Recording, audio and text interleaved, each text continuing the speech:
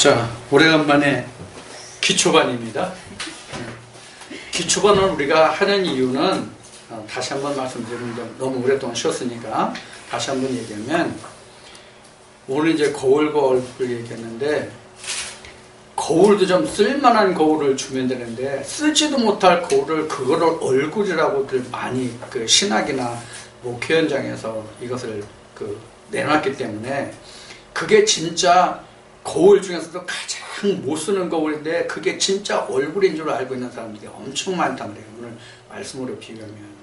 그래서 이게 먼저 기초가 되어 있지 않으면 진리의 말씀을 전해서 그걸 듣는다고 하더라도 그걸 내가 깨달을 수가 없어요. 그래서 기초를 한 거예요. 기초가 없으면 안 되거든요. 그래서 빌딩 높이 쌓으려면 높은 빌딩을 지으려면 뭐가 튼튼해야 된다? 기초가 튼튼해야 된다. 모르는 사람 없거든. 근데 믿음 안에서는 그거를 또 소홀해. 자, 7장부터 시작합니다. 사도행전 7장. 자, 좀 전에 하던 방식으로 그냥 읽으면서 시작합니다. 대제사장이 가로되 이것이 사실이냐? 스데반이 가로되 여러분 형제들이여 들으소서. 우리 조상 아브라함이 하란에 있기 전 메소포타미아에 있을 때에, 여기서 메소포타미아라는 것은 우리가 창세기 그 아브라함 때로 말하면 갈대아 우르입니다. 메소포타미아에 있을 때에 영광의 하나님이 그에게 보여 가라사대 내 고향과 친척을 떠나 내가 내게 보일 땅으로 가라 하시니, 자 여기서 내가 보일 땅으로 가라 하시니 이 말씀이 바로 뭐냐면 가나안을 두고 하는 얘기예요. 그럼 뭐를 떠나야 된다는 얘기예요? 갈대아 우르 부모 친척을 떠나라 그런 얘기예요. 근데 우리가 교회에 가서 신앙생활을 한다고 교회에 가서 하나님의 이름을 부르고 해도 사실 우리가 부모 친척 고향을 떠나요? 못 떠나거든요. 부모 친척 고향을 못 떠난다는 얘기는 무슨 얘기냐면 세상을 등져야 되는데, 세상을 버려야 되는데 세상을 더 끈끈하게 가지고 내가 하나님 앞에 나가려고 한단 말이에요. 하나님 앞에 나가면 내가 세상을 끊는 것이 아니라 세상을 더 견고히 하나님 앞에 끌고 가려고 한단 말이에요. 우리 지금 현재 신앙의 그 현장을 가보면 바로 그게 여기에 지금 지적된 말씀이에요. 그래서 메소포타미아에서 지금 우리가 어디로 가요? 어디를 가요? 가나안을 가잖아요. 근데 아브라함의 창세기 말씀을 보면 하나님이 너 아비 친척, 본토 아비 친척 집안을 떠나서 너 내가 지시하는 땅으로 가라가 아니라 지시할 땅이에요. 미래형이에요. 알고 가는 것이 아니라 모르고 가요. 그래서 가다 보니까 어디예요? 가나안 땅이거든요. 가나안 땅인데 가나안 땅에 가서 아브라함이 언약을 받아요? 못 받아요? 사실은 못 받은 거예요. 그럼 그 언약을 누가 받아요? 이삭이 받는 거거든요. 이삭이 받는 거거든요. 그래서 우리도 지금 갈대아 우르에서 떠나는 건 나예요. 아브라함이란 말이에요. 근데 그 유업을 내가 받는 게 아니에요. 내 아들이 받아요. 그럼 현재 우리 내 아들은 누구예요? 속사람이에요. 속사람. 속사람이 그 유업을 받는 거지 내가 받는 게 아니에요. 이걸 염두에 두란 말이에요. 그러니까 나는 어떻게 돼요? 버려져야 되는 거예요. 나는 내 속사람을 드러내고 나는 버려져야 되는 거거든요. 근데 이거를 우리는 오늘 고린도서 13장에 거울과 얼굴을 말씀을 나눴는데, 거울을 보면서 자기 행위 열심으로 해가지고 자기를 복종시킨다, 죽인다 그렇게 얘기하거든요. 절대로 못 죽어요. 절대로 못 죽어요. 얼굴이 오기 전에는 절대로 내가 못 죽어요. 얼굴이 와야 내가 죽을 수 있어요. 그분이 나를 죽게 해줘요. 예수 그리스도가 십자가에 달리신 그 능력이 내게 임해야 내가 죽을 수 있어요. 자, 그것을 우리가 이 말씀 속에서 우리가 읽을 수 있었으면 좋겠어요. 이것이 우리가 하나님이 그 모든 선제를 통해서 말씀하시는 이상을 본다, 하나님이 이상 중에 말씀하셨다, 이게 바로 이상이에요. 이런 말씀 중에서 이들이 어떻게 걸어왔고 하나님이 어떻게 역사하셨는지 그 속의 것을 보는 게 이상이란 말이에요. 그게 계시란 말이에요. 이 문자가 계시가 아니란 말이에요. 그 속의 것을 보는 것이 계시란 말이에요. 자, 요같이 지금 여기서 지금 역사를 하고 있어요. 그래서 친척을 떠나 내게 보일 땅으로 가라. 보인 땅이 아니라 보일 땅으로 가라요. 그러니까 미래형이에요. 그러니까 가나안은 미래지 현재가 아니에요.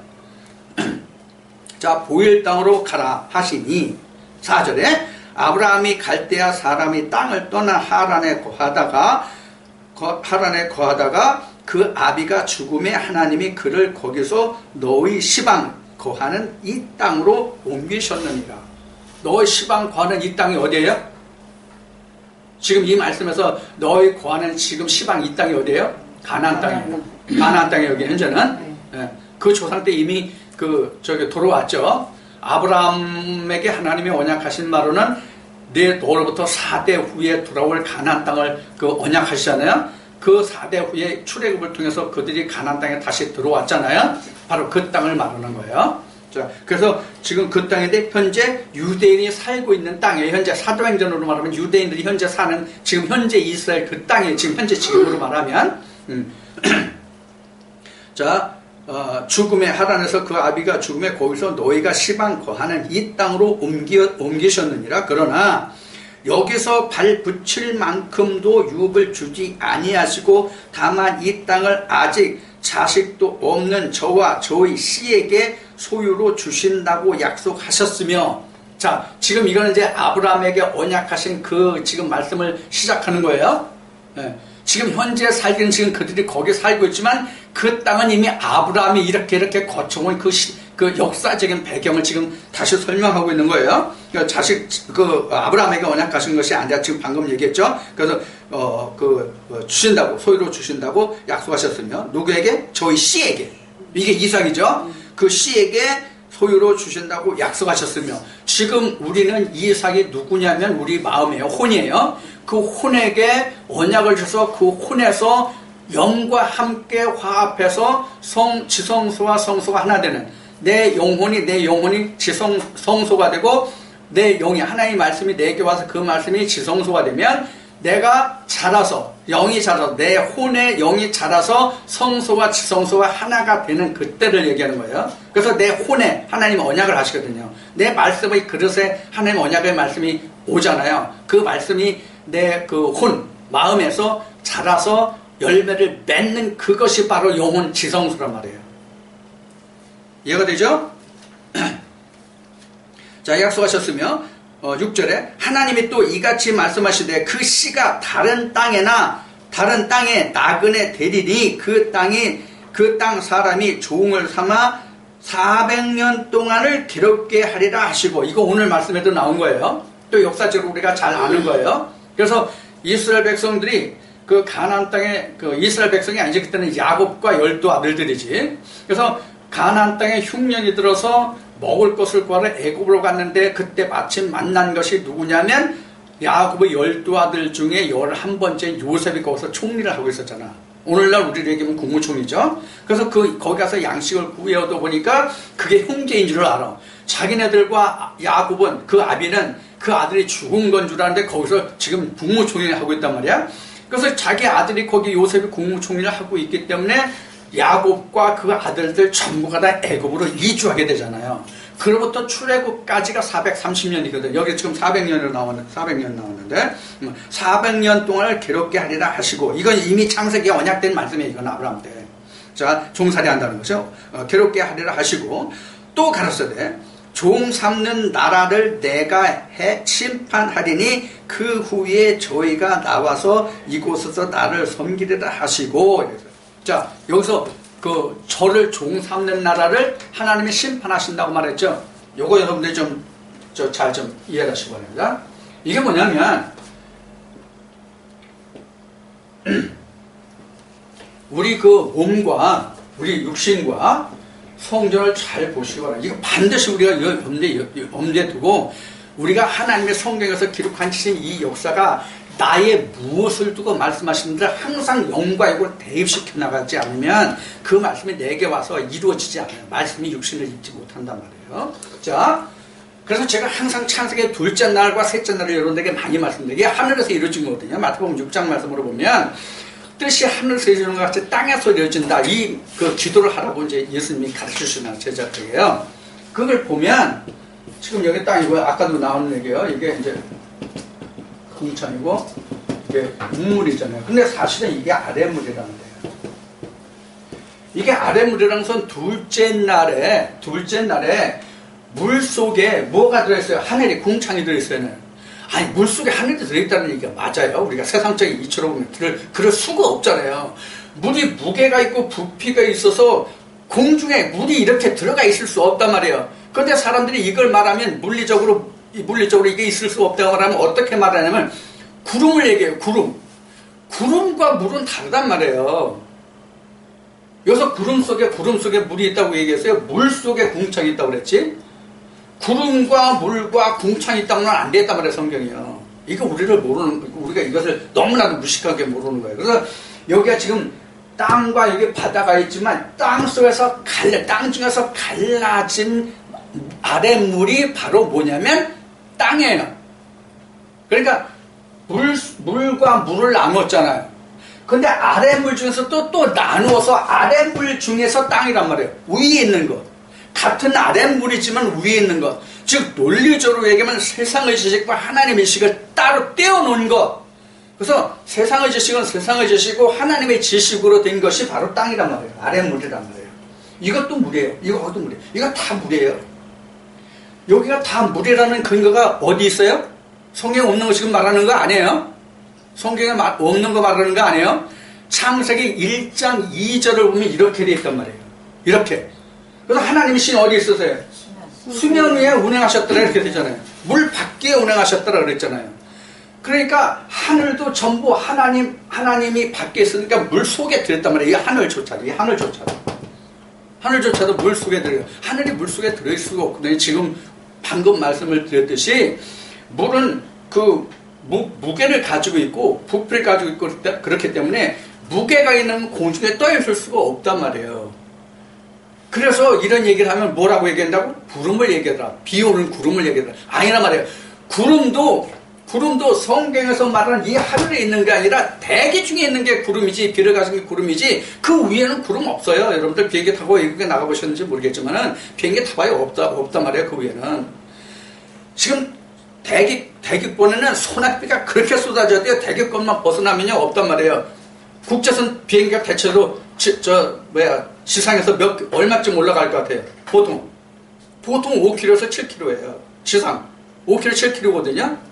5km, 7km만 올라가도요 거기는 전혀 구름이 없어요. 1년 내내 영원히 거기는 구름이 없단 말이에요. 자, 그런 걸 우리가 이제 생각해 보시면 알아요. 그래서 지금 위에 물 중에 섞여 있는 것이 땅의 것으로 빼낸 것이 바로 땅 아랫물이란 말이에요.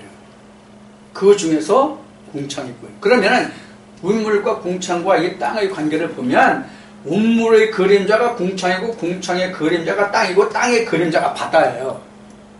우리가 아까 말씀드린 거로 하면은 그리고 이제 우리가 성경으로 보면 그 여자의 머리는 남자의 머리는 그리스도라고 이렇게 돼 있잖아요. 이게 똑같은 거예요.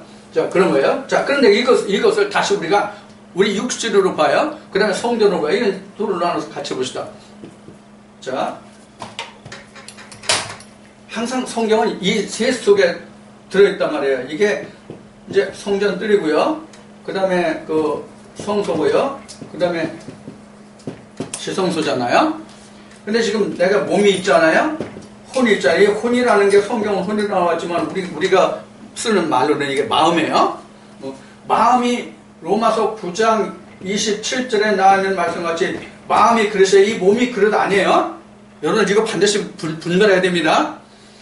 이거 분별하지 못하면 뭐가 되냐면 지금 오늘날 그 신학과 목회 현장에서 가르치는 대로 이 육신도 부활할 것으로 생각하게 된단 말이에요. 육신 부활 절대로 없어요. 안 해요. 육신은.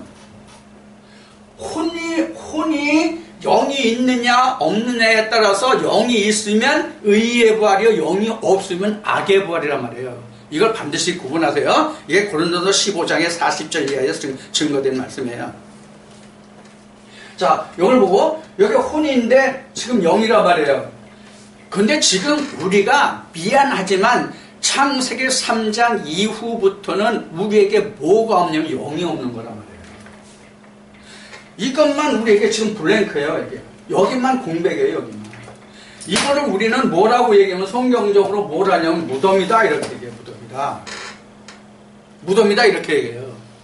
그래서 이 무덤은 나의 무덤이라는 뜻이 아니에요. 예수 그리스도의 무덤이라는 얘기예요. 무슨 얘기냐? 예수 그리스도가 각자의 마음 속에서 살아있으면 좋은데 죽어있는 상태라는 얘기예요. 지금 그래서 우리가 교회에 가는 이유는 하나님 말씀으로 인해가지고 죽은 예수 그리스도를 지금 부활시켜야 한다는데 이유가 있고 목적이 있는 거란 말이에요. 그게 오늘 거울과 얼굴의 차이예요. 그게. 자, 그래서 지금 여기 지금 우리 영이 지금 현재 죽어 있잖아요. 죽어 있다는 얘기는 영이 없다는 얘기예요. 그러면 하나님이 예수 그리스도가 이 세상에 천지에 없어가지고 예수 그리스도가 하나님이 죽어 있어요? 아니거든요. 내 마음에서 없다는 얘기거든요. 내 마음에서 없을 뿐이지 실제로 예수 그리스도가 하나님이 죽을 수 있거나 죽거나 그런 분이 절대로 아니란 말이에요. 우리가 아는 바와 같이 말은 다 그렇게 해뒀던지 그 실상을 몰라서 그렇지 그렇게 얘기하거든요. 그래서 지금 요렇게 다 똑같은 건데 요게 똑같은 건데 요건 우리가 그 모세가 출애굽할 때 그 하나님이 말씀하신 것은 이것을 성막이라고 그래요. 그 성막과 똑같은 게 우리 몸이란 말이에요. 이걸 신학적으로 가면 2분설, 3분설이라고 하는 거거든요. 2분설이라는 것은 혼과 영이 하나라고 하는 거거든요. 하나라면 안 돼요. 절대로. 하나라면 안 돼요. 왜? 영이 들어갈 자리가 없잖아요. 영이 자리가 있어야 영이 들어가죠. 자, 그래서 이것을 보면은 뭐가 같냐면 이런 거거든요. 이렇게 된 거예요. 그래서 가장 핵심에 들어있는 거예요. 그래서 요한복음 4장에 깊은 물이라고 한 거예요. 가장 깊이 들어있거든요. 지금 그런데 우리는 이 표면도 못 들어갔으면서 이것이 생명수 예수 그리스도의 말씀이라는 거거든요.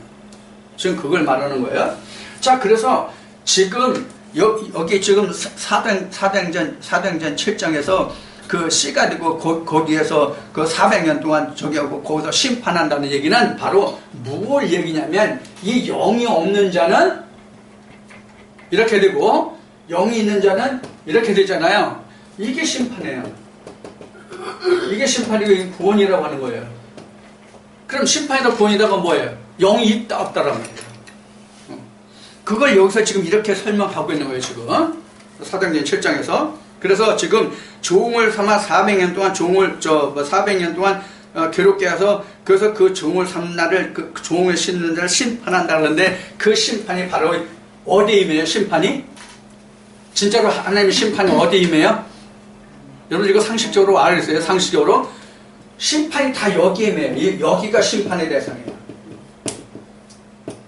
심판의 대상인데 이 심판의 대상이 여기인데 지금 영이 없으면 이 혼이 어디에 주장을 받아요? 땅의 주장을 받아요. 몸의 주장을. 애굽의 주장을 받는단 말이에요. 그러니까 애굽을 심판하신다 이러는 거예요. 영이 있으면 여기 심판할 이유가 없어요. 이거는 창세기 3장 19절에 기록된 말씀대로 이건 그냥 흙으로 돌아가야 됐다. 왜? 흙에서 왔으니까 흙으로 가는 거예요. 그래서 심판이라는 것은 육신에 주는 것이 아니라 혼에 주는 거예요. 혼, 우리 마음에. 어차피 육신은 창세기 3장 19절 말씀같이 흙에서 왔으니까 흙으로 가니까 당연히 이치잖아요. 근데 이 혼은 위로 가야 되는데 위로 못 가는 게 바로 심판이라고 그래. 악의 부활이란 말이에요. 우리가 만약에 악의 부활이 없다고 하면 우리가 하나님을 믿을 필요가 있다 없다. 왜? 지옥이 없으니까. 둘째 사망이 없으니까 우리가 악의 부활이 없다면 하나님을 믿어도 그만 안 믿어도 그만이에요. 세상 사람들이 말하는 것이 야 죽으면 어떻게 되는지 어떻게 알아? 죽으면 그만이지. 그 말과 같이 죽으면 그냥 그만 끝이라고 한다면 우리가 하나님 믿을 필요 없다고. 근데 성경에는 어떻게 되어 있어요? 예수님이 말씀하실 때 어떻게 되어 있어요? 복음서에 요한계시록은 어떻게 증거되어 있어요? 우리가 성경이 아니더라도 혼의 세계가 있는지 없는지를 알 수 있는 게 뭐라고 제가 여러분들에게 많이 말씀드렸죠? 무당도 배운 무당이 있고 받은 무당이 있단 말이에요. 성경적으로 얘기하면 이게 뭐예요? 성경적으로 얘기하면 받은 무당과 신 내림 무당과 배은 무당을 성경적으로 얘기하면 뭐라고 해야 돼요? 스스로 온 자와 보냄을 받은 자의 뜻이에요. 이걸 잘 구분해야 돼요. 이거를. 자, 이제, 그래서 지금 심판한다는 뜻은 바로 이런 거예요. 근데 육신에 벌을 줄 수가 없는 거거든요. 육신은 어차피 땅으로 갈 거기 때문에 하나님이 이 육신을 주장을 안 하세요. 하나님 육신 주장하십니까? 안 하십니까? 예, 그리고 이게 잘 생각해야 됩니까? 이거. 하나님이 육신을 주장하느냐, 않느냐를 굉장히 깊이 생각하지 않으면 지금 제가 말씀드린 하나님이 육신을 주장하지 않는다, 이거에 대해서 여러분들이 굉장히 혼돈할 수도 있고 이것을 잘못 오해할 수도 있어요. 자, 요한계시록 갑시다. 요한계시록 가면 10장에 가면은 작은 책이 나와요. 작은 책이 나와요. 작은 책이 나오고 요한계시록 6장에 가면 뭐가 나오냐면 그 7인이 나와요. 7인이 나오는데 그 7인이 계시록 5장에서 바로 다윗의 뿔과 그 7인을 떼는 자로 나와요. 그것이 그 뒤에 요한계시록 10장 이렇게 가면 그것이 뭐냐면 작은 책으로 나오거든요. 요한계시록 20장에 가면 생명책으로 나오거든요. 똑같은 얘기예요, 다 그게. 요한계시록 1장으로 얘기하면 7 촛대와 7 교회 똑같은 거예요. 그게 똑같은 얘기예요, 다. 설명만 다를 뿐이에요. 자, 이제 그렇게 나오는데, 그래서 지금 여기에서 지금 그 설명하는 우리가 지옥이다, 천국이다, 구원이다 하는 얘기는 바로 뭘 얘기냐면, 요 하나를 놓고 말하거든요. 근데 요 하나를 놓고 볼 때에 지금 요한계시록을 말씀드렸는데, 요한계시록의 말씀과 같이 이 영이 자라서 내 혼까지 다 이렇게 흡수해서 이렇게 하나가 돼야 되거든요. 이게 예수님이 마태복음 27장에서 그 성소가 성소 휘장이 찢어졌다는 거거든요. 이게 히브리 말씀으로 하면 이건 그 휘장이 우리 육체라는 거거든요. 그러면은 요와 같이 되면 요한복음 3장으로 와서 다시 뭐냐면 이게 이렇게 되면 이미 여기는 심판을 받은 것이고 구원을 받은 거 이거 다 끝났어. 언제 끝났어요? 언제 끝나 이게? 요한복음 3장 말씀인데 요한복음 3장은 언제 끝나? 내가 예수 그리스도를 믿어서 영접해가지고 내가 이미 하나님의 아들이 되면 이미 구원 받아서 끝났어. 안 받으면 심판도 이미 됐어. 이걸 우리가 알아요. 그러니까 우리가 이 얘기를 지금 하는 것은 우리가 현재 신학이나 목회 현장에서는 어떻게 이것을 얘기하냐면 우리가 영생이나 구원이나 이제 부활이나 다 똑같은 얘기가 되는데 이것을 어떻게 되냐면 언제 오실지 모르지만 예수 그리스도 오면 그때에 우리가 다시 살아나서 무덤에 있는 자는 살아나고 바다에 빠진 자도 바다가 내준다면 요한계시록에 문자적으로는 그렇게 돼 있으니까 그렇게 얘기하는 거예요. 그래 거짓말은 아니지. 문자적으로는 그게 맞는 거예요. 그 바다가 어떤 바다인지를 몰라서 그렇지. 자, 그러면 그들도 이제 다 심판대 앞에 오잖아요. 그러니까 지금 그렇게 이야기하고 있단 말이에요. 근데 그것이 다 요것을 얘기하는 요 틀 안에 다 들어있는 거란 말이에요. 요 틀 안에. 그래서 영이 없는 자가 바로 생명색이 없는 자여, 바다에 빠져 죽은 자여, 세상이여, 이렇게 되는 거거든요. 그렇잖아요. 자, 그래서 요것을 놓고 지금 심판한다. 너를 붙잡아 종살한 자를 심판한다. 이렇게 나오거든요. 좀 전에 요한계시록 말씀드렸는데, 그래서 작은 책을 받아먹은 자가 두 증인으로 또 나오는데, 11장에서, 요한계시록 11장에서 두 증인이 나오는데, 그 증인을 괴롭힌 자는 그 입에서 불이 나와서 그들을 불사르라. 이렇게 나오잖아요. 그게 바로 심판이에요. 이건 하나님의 성령을 대적하는 거거든요. 그걸 바로 심판이라고 얘기하는 거예요. 그 심판은 어디로 가요? 여기로 가요. 근데 요한계시록 7장에서 하나님의 백성들이 인침을 받잖아요. 14만 4천 무리가. 요렇게 된 사람이 인침을 받는다 말이에요. 요렇게 된 사람은 요한계시록 7장에 기록된 말씀과 같이 하나님이 이미 이들에게 세상 네 모퉁이에 서 있는 네 바람에게 명해서 하나님의 백성의 이마에 인치기까지는 너 꼼짝 말고 있어? 이렇게 말씀이 나온단 말이에요. 그러니까 요한계시록 13장에서 666 얘기하는데 하나님의 백성을 먼저 하나님이 인치시고 그들 앞에 두 증인을 보내서 즉 작은 책을 받아 먹은 자를 통해서 바벨론 안에 있는 그 사람들에게 작은 책을 그들에게 증거해서 그들에게서 나올 사람들에게 구원이 이루어지는 것이 요한계시록에서 여기 먼저 우리를 신원하여 주지 않기를 언제까지나 14만 4천 7장에서 계시록 7장에서 하고 네 동무들의 수가 차기까지거든요. 그 동무들의 수가 차기까지가 하나님의 심판 때 아직 구원에 들어오지 못한 작은 책을 받아본 자가 그들에게 증거하는 그 말씀을 증거하는 동안이에요. 그럼 그들 중에서 구원을 받을 자가 있다면 그 동무가 차기까지거든요. 이것을 나로 말하면 뭐냐면 내 혼에 영이 들어오잖아요. 처음부터 이것이 혼의 크기라면 처음부터 혼의 크기가 이렇게 다 차는 게 아니거든요. 처음부터 이렇게 잘하는 게 아니라면 쉬운 얘기로. 그래서 내가 먼저 전에 어떻게 설명했어요? 땅 따먹기다 이렇게. 땅 따먹기다. 이스라엘 백성들이 가나안 들어갈 때 일곱 족속을 한 번에 다 멸했어요? 끝날 때까지 다 멸하지 못했잖아 사실은. 하나님이 다 멸하지 못하게 하셨지만은 그들이 하나님께서 순종하는지 아닌지를 보시려고 그 일부를 남겨놓았다고 성경은 증거하고 있단 말이에요. 자, 이와 같은 거거든요. 그래서 지금 내가 14만 4천 무리가 되고 그 백성이 동물들의 수가 찾기까지는 바로 내가 예수 그리스도의 자리까지, 내 혼이 예수 그리스도의 자리까지 자라가는 때가 바로 언제냐면 동물들의 수가 차기까지란 말이에요. 세상적으로 어떤 수가 차기까지가 아니에요. 만약에 내가 하나님의 구원에 들어가는데 그 수가 채워지지 않아서 내가 지옥 가요? 아니란 말이야, 절대로. 이게 성경을 모르니까 우리가 이렇게 증거하고 있는 거란 말이에요. 지금 이 말씀에서 상당히 확대해서 지금 여러분들 깊은 말씀을 드렸는데, 바로 그래서 이 심판이라는 건 바로 이런 얘기란 말이에요.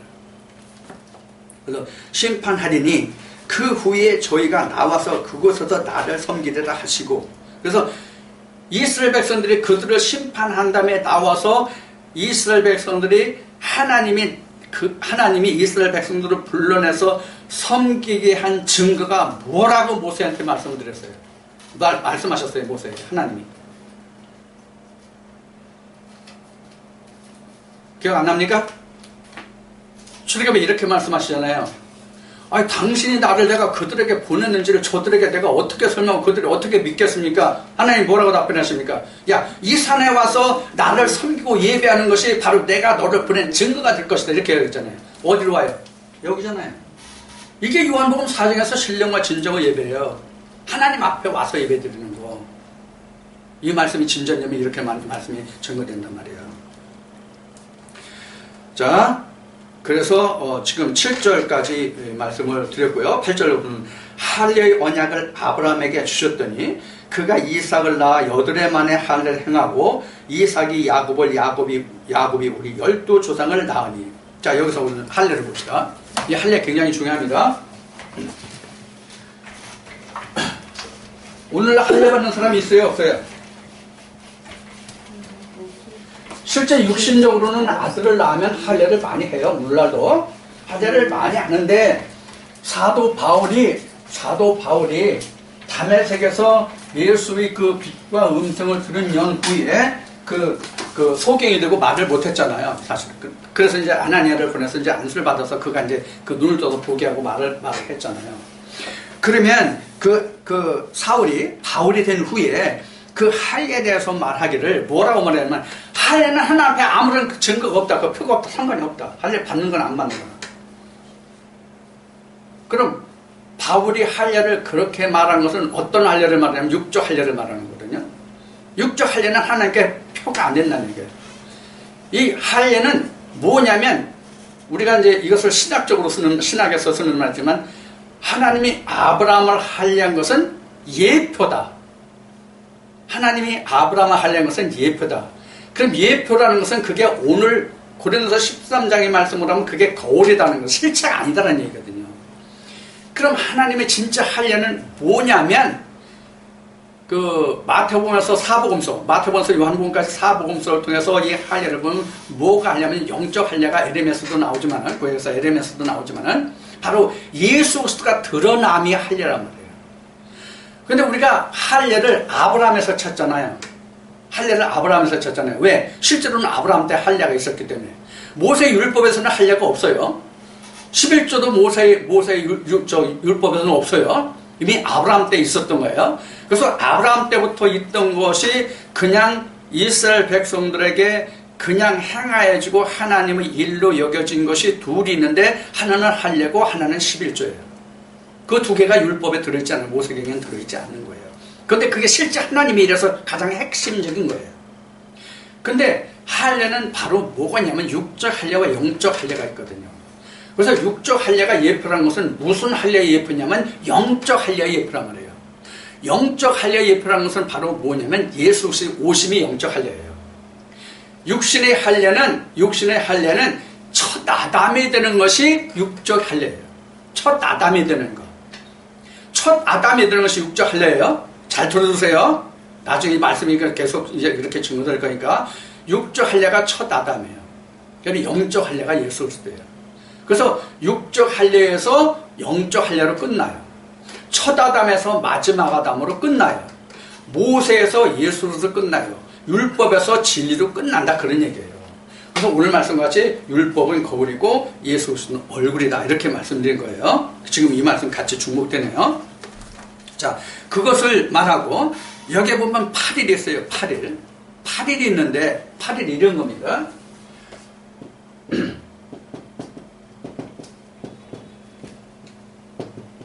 창세기 1장의 6일 역사죠. 여섯째 날까지만 기록됐죠. 이 여섯째 날의 역사는 바로 이런 거예요. 이런 걸 뭐냐면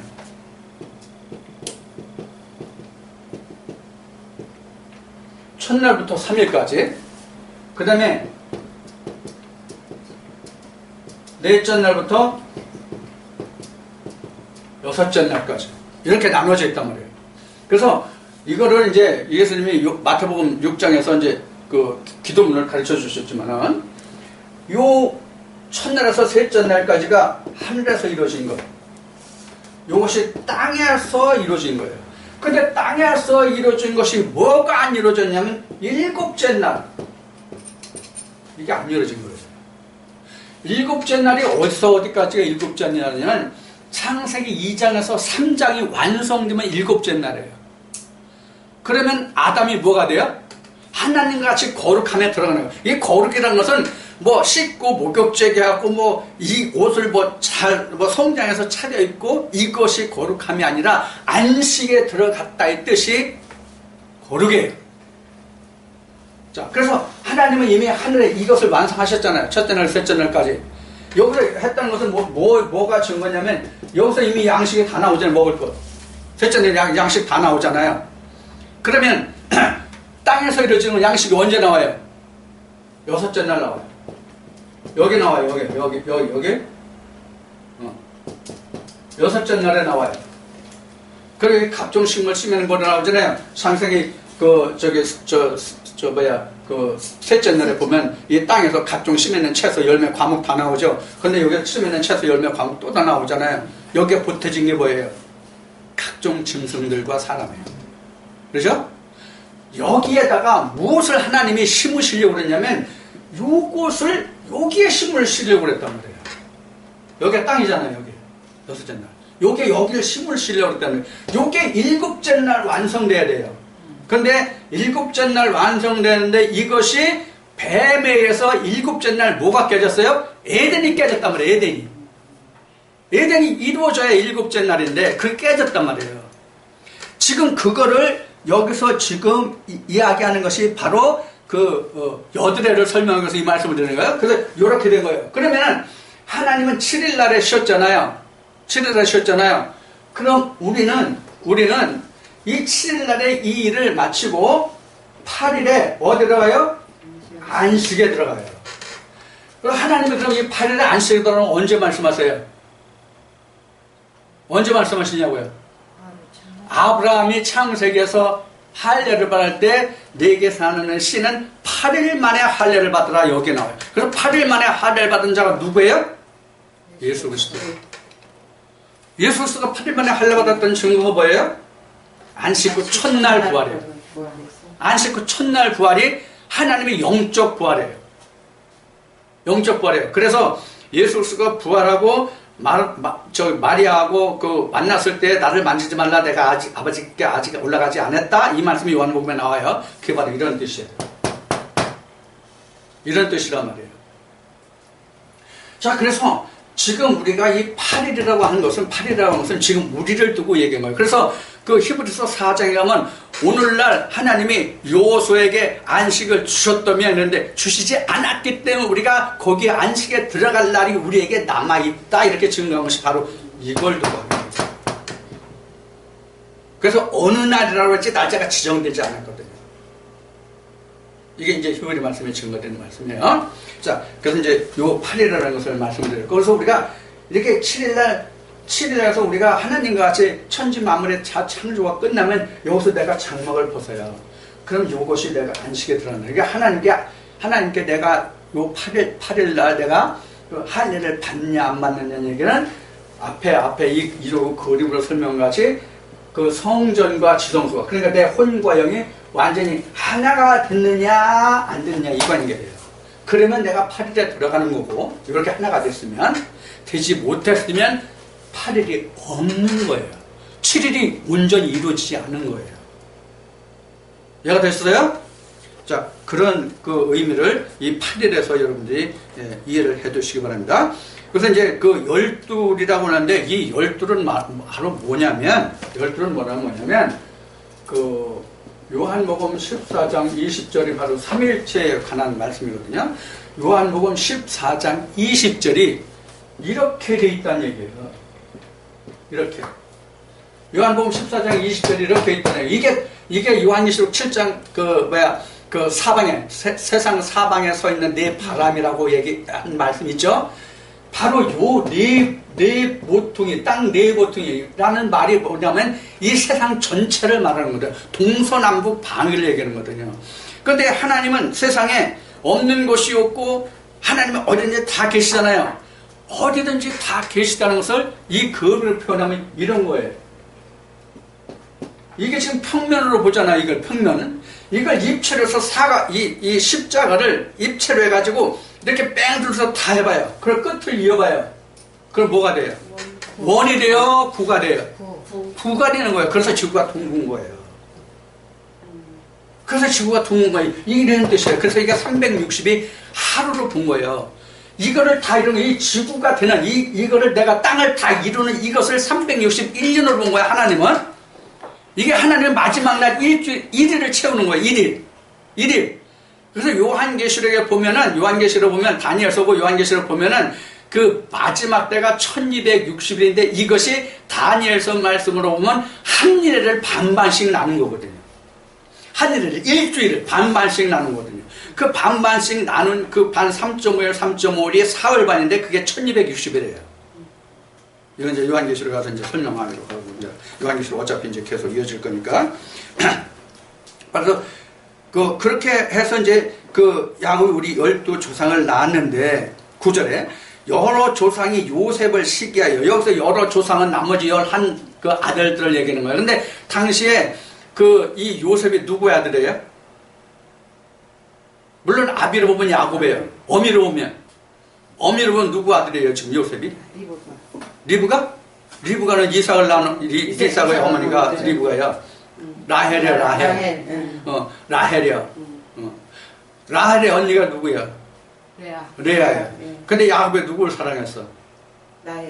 라헬을 사랑했어. 레아는 심중에 두지도 않았어. 근데 그 외삼촌 라반이 그 트릭을 썼다고 이제 내가 얘기를 트릭을 써가지고 큰 딸을 먼저 주고 그 다음에 외삼촌 이제 실제는 이제 장인이죠. 근데 외삼촌이라고 그러죠. 외삼촌 이런 개 같은 경우 어디 있어? 내가 둘째 딸 달라고 그랬지. 내가 걔를 사랑하는데 내가 첫 딸 달라고 그랬어? 그러니까 뭐라 그래? 야, 야곱아, 서운하지 마. 우리 습성에는 작은 애부터 씹어내는 법이 없어. 먼저 큰 애를 씹어내고 그 다음에 저기야. 너 그 애도 사랑하여? 너 그 애도 네 처로 삼고 싶으냐? 그럼 또 7년 더 징역 살아. 사실은 징역이 아니죠. 종살이죠. 그렇게 해서 이제 라헬도 야곱의 처가 된데 라헬이 그토록 자식을 원해도 자식이 없었잖아요. 그래서 어떻게 말년에 어떻게 해가지고 아들을 낳은 게 요셉과 누구를 낳았어요? 요셉 동생 누구예요? 베노니 있잖아요. 베노니가 나중에 이름이 뭐라고 바뀌어요? 베냐민으로 바뀌죠. 예. 그래서 요 둘을 낳고 죽었단 말이에요. 그러니까 베냐민을 낳고 죽잖아요. 라헬이. 그래서 당시에 아마 요셉이 팔릴 때에는 아마 이 베냐민은 어렸기 때문에 지 형이 팔려가는지 뭐 했는지 잘 몰랐을 것 같은 생각이 들어. 젊었을 때 그 미소년 때 팔려갔잖아, 사실은. 요셉이요. 그런데 어쨌든 그 11형제가 시기 질투했다고 여기에 기록했어요. 여러분 창세기를 바탕으로 해가지고 여러분들 그래서 염두에 두세요. 그래서 애굽으로 팔았어. 근데 애굽으로 팔았더니 하나님이 저희와 함께 계셔서, 그러니까 이 하나님이 지금 요셉과 함께 했다는 그 증거가 어디 있어요? 증거가 어디 있어요? 하나님과 함께 했었다는 증거가 우리가 성경에서 어디서 찾아볼 수 있어요? 요셉의 꿈. 요셉의 꿈이 바로 하나님이 요셉과 함께 하신다는 그 뜻이에요.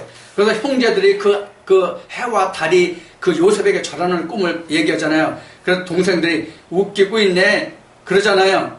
그래서 자기 아비 야곱도 야 이놈 자식아 내가 너한테 절하래? 이렇게까지 되잖아요. 그러나 야곱은 그 말을 마음에 어떻게 했더라? 잊어버렸더라? 마음에 뒀더라. 이렇게 성경에 증거가 없는 그 말, 그 본에서 하나님이 함께 하신 거예요. 그래서 야곱이 요셉이 꿈꾼 것은 어떤 꿈을 꿨냐면 자기가 그 꿈을 꾸고자 해서 꾼 것이 아니라 하나님의 앞으로 되어질 일을 요셉에게 이상으로 보여주신 것이 꿈으로 나타난 거거든요. 그게 이스라엘 백성들이 이미 아브라함에게 언약하신 뭐? 너희는 애굽에 내려가서 400년 동안 종살이라 그 말씀을 해서 요셉에게 그 꿈을 주신 것이거든요.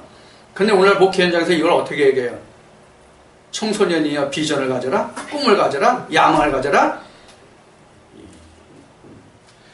그게 바로 이제 오늘 말씀으로 이제 자꾸 연결이 되는데, 그래서 이게 거울이 된 거예요. 그 거울도 진짜 거울로 주면 좋잖아. 진짜 거울로. 진짜 거울은 뭐예요? 야, 하나님이 요셉을 통해서 그 아브라함에게 언약한 그 꿈을 이루기 위한 그 하나님의 그 이상, 그 꿈을 이루기 위한 그것을 요셉에게 보여주신 거야. 이 거울을 줘야 그 거울을 깨뜨리고 실상을 볼 거 아니야. 무슨 청소년이요 꿈을 가지라고 야망을 가지라고 얘기해. 이건 아니잖아요. 자, 그거를 여기서 우리가 이제 같이 우리가 보아야 되고요. 이것을 같이 봐야 된다는 얘기는 우리는 무엇을 봐야 되냐면 지금 현재 신학과 목회 현장에서는 어떻게 가르치고 성경은 무엇을 나타내려고 하신가, 무엇을 하나님이 말씀하고 계신가, 이것을 보라는 얘기예요. 그래야 하나님의 뜻이 나오잖아요. 그래야 내가 하나님의 뜻을 쫓아갈 수 있잖아요. 그래서 지금 그것을 말씀을 드리는 거예요. 그 다음에 10절에 가서 그 모든 환난에서 건져내사 애굽 왕 바로 앞에서 은총과 지혜를 주심에 바로가 저를 애굽과 자기 온 집의 치리자로 세웠느니라. 자, 여기서 하나님이 요셉에게 은총과 지혜를 주신 증거가 뭡니까? 네? 뭡니까? 그 파리한 소와 그 이삭 7년 그 이삭 7개와 그 다음에 소 7마리 그 꿈이잖아. 그 바로가 그 꿈을 꿨는데 그 애굽의 그 모든 그 술사들이 그 꿈을 못 풀어줬잖아. 근데 요셉이 그걸 풀어줬잖아. 언제 요셉 어디 있을 때? 요셉 어디 있을 때 그 꿈을 풀었어? 보디발의 그 가정에 있을 때 그 집사에게 그 옥에 갇혀 있을 때 그 꿈을 풀어서 어디까지 올라가? 일약 총리까지 올라가잖아. 바로 이제 그것을 여기서 언급하고 있는, 그래서 하나님의 지혜와 은총을 주셨다는 얘기가 그겁니다. 그러니까 왜 성경에서 이렇게 증가하고 있는지 그것을 우리는 창세기에서 캐내야 된단 말이에요. 이것이 예수님이 말씀하시는 것은 천국의 서기관이에요. 그래서 옛것과 새것을 자기 집 주인이 자기 집에서 꺼내오는 것과 같이 옛것과 새것을, 우리는 그것이 바로 지금 우리는 이 그 성경을 통해서 우리가 옛것과 새것을 꺼내오는 천국의 서기관이 돼야 된단 말이에요. 그래야 내가 성경을 통해서 내가 그 길을 갈 수 있을 거 아니겠어요? 자, 이제 그런 말씀이 여기에 들어있는 겁니다. 그래서 그 바로가 그 요셉을 보고 어떻게 했어요? 자기 온 집에 치리자로 세웠는데 그 꿈풀이 하나로. 그래서 애굽에 함께 살 수 있었잖아요. 근데 애굽만 살았어요? 애굽만 살았어요? 하나님의 족속들도 살아날 수가 있었잖아요. 하나님의 족속도. 요새 성경에서 여러분들 이게 뭔가를 또 다른 게 있으니까, 말씀에 다른 게 있으니까 여러분들이 오늘 이 말씀을 들으시고 또 생각해 보시기 바랍니다. 그 부분은 제가 말씀 안 드립니다. 그 11절. 그때에 애굽과 가나안 온 땅에 흉년들어 큰 환란이 있을 때 우리 조상들이 양식이 없는지라 야곱이 애굽에 양식이 있다는 말을 듣고 먼저 우리 조상들을 보내고 또 재차 보내매 요셉이 자기 형제들에게 알게 되고 또 요셉의 친족이 바로에게 드러나게 되니라. 요셉이 보내어 그 부친 야곱과 온 친족 75사람을 청하였더니. 자, 그래서 이스라엘 백성들이 이 창세기가 끝나고 출애굽의 말씀으로 넘어갈 때 보면은 엘림에 뭐가 몇 그루 있었더라? 어디에 뭐가 몇 그루 있었더라? 70조. 무슨 나무가? 종려나무. 이게 바로 이 얘기란 말이에요. 야곱의 족속들. 엘림에 있는 종려나무를 얘기하는 게 아니에요. 애굽의 백성들을 얘기하는 거예요. 우물가에 심긴, 이 우물은 뭐의 상징이에요? 성경에서? 하나님의 상징이에요. 이 우물가에 심긴 70주의 종려나무가 바로 하나님의 백성들의 근원이 되는 그것을 말한단 말이에요. 그래서 그 셈이 뭐예요? 우물의 그 셈이. 하나님이라고 지금 얘기했어요. 그래서 요한복음 4장에 예수님이 내가 생수의 우물이다 이렇게 말씀하신 거예요. 그래서 에레미야 2장 13절의 말씀에 보면 하나님의 생수의 근원이라고 된 거예요. 자, 우리가 이제 이런 말씀들을 알면 왜 지금 이 이야기를 지금 하고 있는지를 여러분들이 이해하실 수 있을 거고요. 그래서 이제 종려나무는 70그루라고 되어 있는데 여기는 75사람 이렇게 했어요. 이들이 430년이 지나니까 몇 명 됐어요? 60명. 네. 이들이 430년이 지나니까 20세 이상 여호와의 총회에 들어갈 수 있는 사람이 그때 모세가 계수해 보니까 60만 3,550명이 됐어요.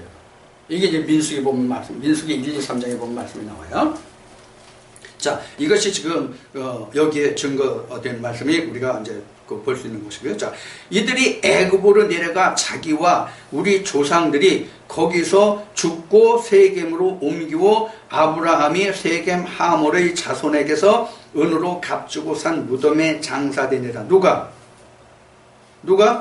아브라함. 아브라함에게 약속하신 때가 아브라함이 세겜 하몰의 자손에게서 은으로 값주고 산 무덤에 장사되니라. 그러니까 아브라함이 어디서 죽었죠? 세겜이요. 이 세겜 땅이 어디 있어요? 가나안 땅에 있어요. 그 나중에 요셉이 애굽에서 죽었는데 요셉이 죽으면서 유언하잖아. 반드시 하나님은 너희들을 건너서 가나안 땅으로 다시 들어갈 거니까 그때 내 시체를 여기다 두고 가지 말고 내가 조상의 땅에 갖다 묻어달라. 그래서 그들이 출애굽할 때 요셉의 해골도 같이 운구해 가잖아요. 자, 이제 이거 성경의 역사를 우리가 이제 알면 말씀이 재미가 있어요. 맛이 좀 나죠. 그래서 이해가 확실히 될 수 있고요. 그래서 지금 부가적으로 설명을 드린 겁니다. 그래서 값주고 산 무덤, 값주고 산 무덤이 어떤 무덤이에요? 값주고 산 아브라함이 값주고 산 무덤이 뭐예요? 어디예요? 막벨라 굴이죠. 예, 거기를 지금 여기서 말하고 있는 거예요. 무덤에 장사되니라. 하나님이 아브라함에게 17절에요. 하나님이 아브라함에게 약속하신 때가 가까우며 이스라엘 백성이 애굽에서 번성하여 많아졌더니 요셉을 알지 못하는 새 임금이 애굽 왕 위에 오르매. 자, 여기서 요셉을 알지 못하는 새 임금이 그 왕 위에 오르매. 이때가 어느 때냐면 바로 하나님의 언약하신 기한이에요. 하나님의 언약하신 기한이에요. 왜 하나님의 언약하신 기한이냐면 이때가 되니까 바로 요셉을 알지 못하는 애굽의 바로가 왕의 칭호예요. 우리는 왕의 칭호가 대통령이죠. 그러니까 바로는 대통령이라는 말과 같은 뜻의 말이에요. 바로가 사람 이름이 아니에요. 직책 이름이에요. 바로가 요셉을 알지 못하는 바로가 왕이 들었어요, 애굽에. 자, 이때부터 이스라엘 백성들이 무엇을 했을까요? 뭘 했어요? 기도했어, 기도했단 말이야. 아이고, 저 바로 죽이려면 살리려면 저놈이 우리 이렇게 힘들게 하니까 저 바로를 죽이고 우리 구원하셨어. 아니, 하나님 당신이 우리 조상 아브라함에게 언약했지 않죠? 그러니까 우리 구원해 주시오. 이래가지고 하나님이 그 이스라엘 백성들이 뭐를 들었다? 우고를 들으셨더라. 이렇게 출애굽의 말씀에 기록되잖아요. 바로 그거예요. 그래서 애굽 왕이 죽어야 된다니까. 그리고 새로운 애굽 왕이 와야 돼, 우리에게도. 그래야 내가 부르짖어. 그 애굽 왕이 이뻐 보이면 그 애굽 왕 죽여달라고 날 보내달라고 기도 안 해, 절대로. 그 애굽 왕이 지금 우리 누굴까요? 어? 우리에게 현재 애굽 왕이 누굴까요? 현재? 아니, 그건 우리 안에서 얘기고 영적으로 얘기고, 그 이전에는 내가 다니는 교회의 목사님이 바로요. 이게 우리가 영적으로 이게 차근차근 순서가 있지, 당장 그것이 내가 그 하나님의 진짜 거울이 율법으로 들어오는 게 아니란 말이에요. 그래서 하나님이 이렇게 이런 과정을 보여주셨다고 아까 그 말씀드린 거예요. 이 과정을 우리가 알고 지금 내가 어느 경점에 있는지를 알아야 내가 진짜 거울에 있는지 가짜 거울에 있는지, 내가 진짜 거울에 있으면 얼굴을 언제 볼 수 있는지 그 시간표를 내가 볼 수 있단 말이에요. 그래서 우리가 하나님의 그 시간표, 일정을 보는 게 중요해요. 그 일정을 우리가 보여주신 것이 뭐냐면 출애굽 과정이에요. 그것을 지금 여러분들에게 여기서 지금 기억을 되살려 드리는 거고요. 그래서 요셉을 알지 못하는 왕의 오름에 그가 우리 족속에게 괴계를 써서 조상을 괴롭게 하여 그 어린 아이들을 내어 버려서 살지 못하게 하려 할 때, 그러니까 부르짖었죠. 그렇죠? 여자를 낳으면 살리고 남자를 낳으면 죽여라, 이런 얘기예요. 자, 그래서 할 때 그때에 모세가 낳는데 하나님 보시기에 아름다운지라 그 부친의 집에서 석 달을 길리고, 이렇게 해서 이제 모세가 키워진 거죠. 자, 모세가 키워진 것부터서는 잠시 한 10분 쉬었다가 다시 시작을 하겠습니다. 자, 카메라맨 뭐 하십니까? 아, 참나 뿡뻑.